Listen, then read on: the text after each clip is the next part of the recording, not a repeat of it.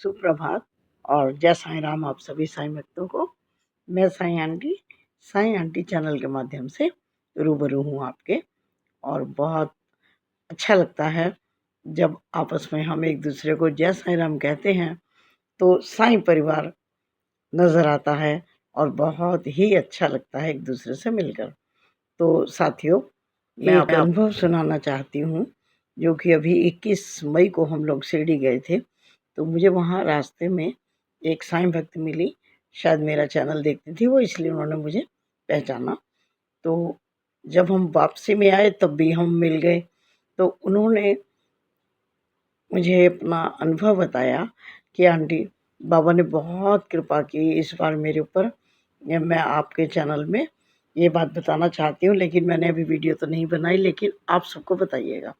तो साथियों, उन्होंने जो मुझे बताया बाबा के बारे में, वो ये बताया कि उनके 8 साल के बाद में बेटी हुई थी और इस समय बाबा जी को धन्यवाद करने के लिए वो अपनी 2 साल की बेटी को लेकर आई थी और उनके नाना नानी भी साथ में थे।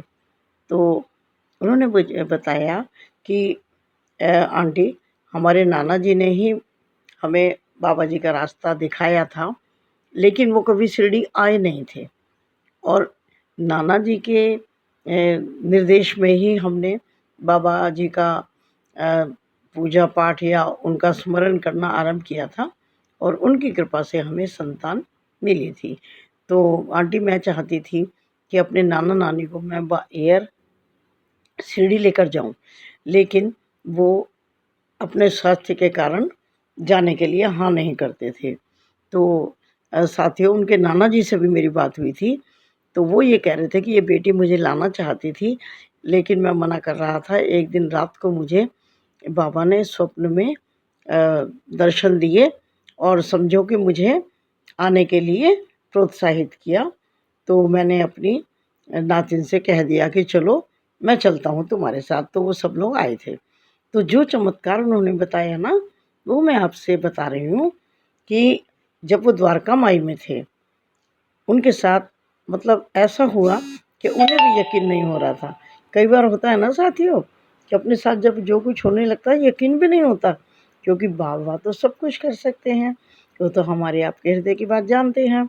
तो जैसे वो अपनी 2 साल की बेटी को गोद में लेकर के द्वारका माई में जा रहे थे, उनके मन में ये भाव आ रहा था कि बाबा, इस बच्चे को आपने ही दिया है, आप इसे अपना बहुत आशीर्वाद देना, इसके भविष्य को संवारना।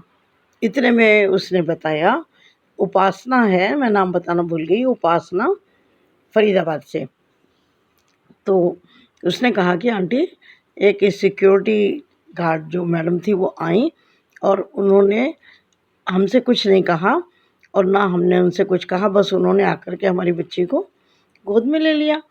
और जहाँ बाबा जी बैठा करते थे ना, 60 साल जिस पत्थर पर बैठते थे, द्वारका माई में जो चित्र बाबा का लगा है बड़ा सा, वो कहने लगी कि वहाँ भी उन्होंने हमारी बच्ची को मत्था टिकाया और फिर आकर के जहाँ धूनी प्रज्वलित होती है ना, वहाँ पर भी उन्होंने पंडित जी को उस बच्चे को दे दिया।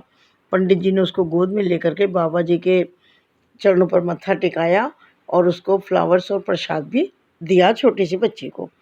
तो उपासना ने कहा कि आंटी, मेरे हस्बैंड ना उस समय बिल्कुल आंखें भर गई और बाबा को बहुत ही धन्यवाद कर रहे थे और अपने मन में वो ये बोल रहे थे, द्वारका माई में, बाबा, पिछली बार जब मैं आया था तो आपने मुझे नीम का पत्ता दिया था, आज तो मैं गुरु स्थान से खाली आ गया, क्या तुम मुझे नीम का पत्ता देकर नहीं भेजोगे?